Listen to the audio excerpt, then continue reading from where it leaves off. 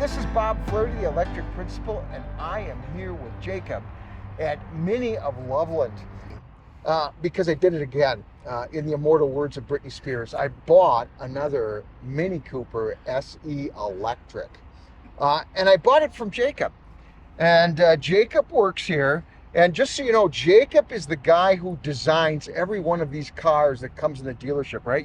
What do you do? You pick out? Yeah, so I design different interiors, different color schemes, the stripes, whatever it is. I design it before it gets into the production side of things, so we make sure we have some good looking cars. So he's the head honcho when it comes to designing what they look like, and he does a great job, of doing that.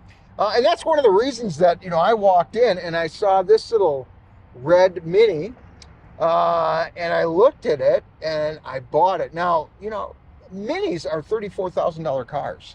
They're not necessarily cheap, but compared to the BMWs across the street, they're pretty cheap. But to be honest, when you buy a Mini here, it's not going to cost you $34,000, right? So, and especially if you lease it.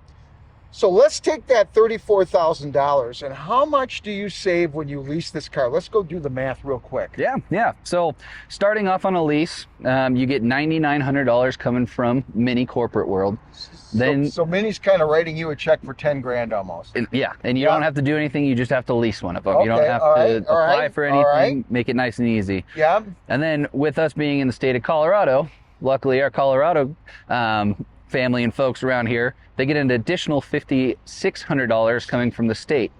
And if Unbelievable. MSRP happens to be under $35,000 before destination charges, you get an additional $2,500 off. So it's 18 grand off of a car if you lease one. This one was 18 grand off. It's almost like 50% off the car. Pretty much. And that's why, the residual on this, if I were going to buy this at the end of 3 years, is $18,000. It's pretty much 50% of what I would have leased this car for.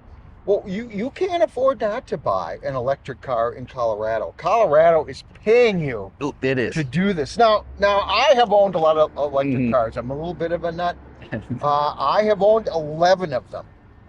But of all the electric cars I've owned and I drive, if I had a choice, which one am I going to get in and drive relatively short range or around town? It's the Mini.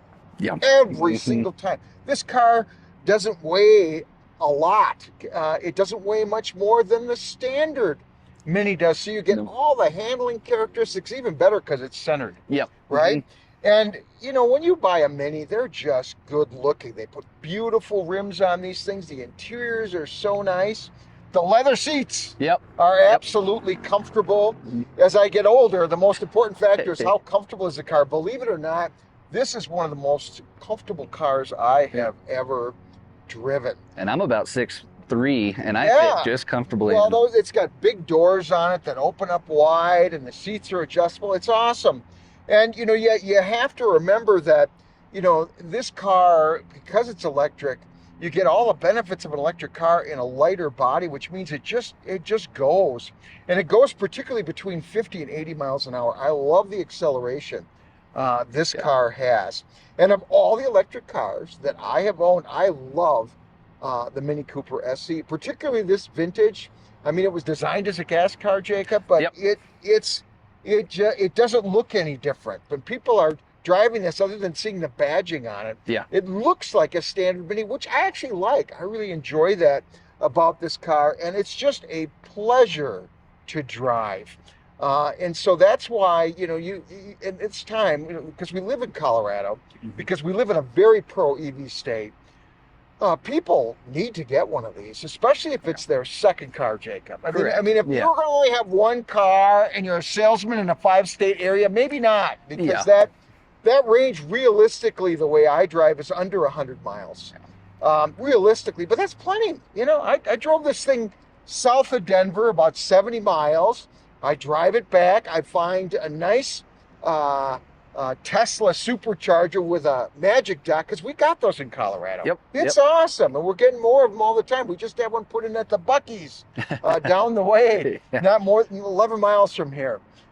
You plug it in, and what's cool about the Mini Cooper, you might not know this, Jacob, but you can back it right up to that station, and you could stretch that cord and still be in your spot and plug it in, which is hard to do because those Tesla supercharger cords are short. Yeah.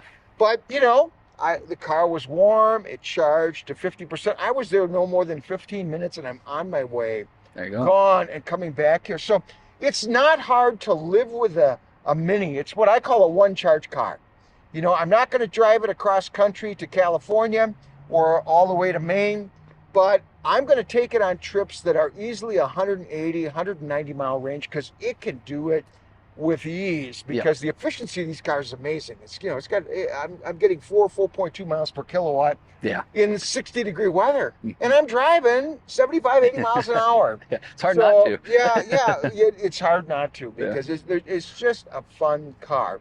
So Jacob, when we're talking about selling these, you guys are actually importing these things now. You're getting them from other dealerships. Why are you doing that? Yeah, correct. So with Colorado being the state that has all the extra incentives on it, other states, they're not necessarily having a tougher time, but we're just selling so many of them that we're asking other people to get more from them. Yeah. Just so we have more inventory. Because we're selling, the last few months, we're definitely right around the 25 of these things going out range. That's in the car business, folks. That's a lot of cars. And this Mini is a dealership's very successful. So is the BMW dealership across the street.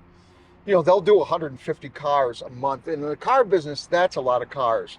But I'm telling you, if you ever thought about going to electric, this is one of the cars you need to think about, especially if it's for a high school student going to school or a college student going to the local campus. You cannot beat these cars for the money. Nope, there goes one right now. And there's one that's a clone of mine, except that one doesn't have the nice Bucky on it. There you go. That got added the first day I owned this car.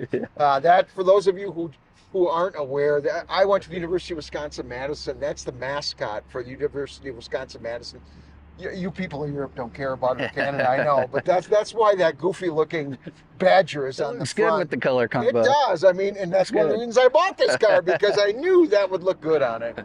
But I really appreciate Jacob taking a few minutes to talk to me today. Of course. I really, really, really like this car, and I think people should give it a test drive. Once again, I'm receiving no money for making this video from the dealership. I received no special treatment when I bought this car.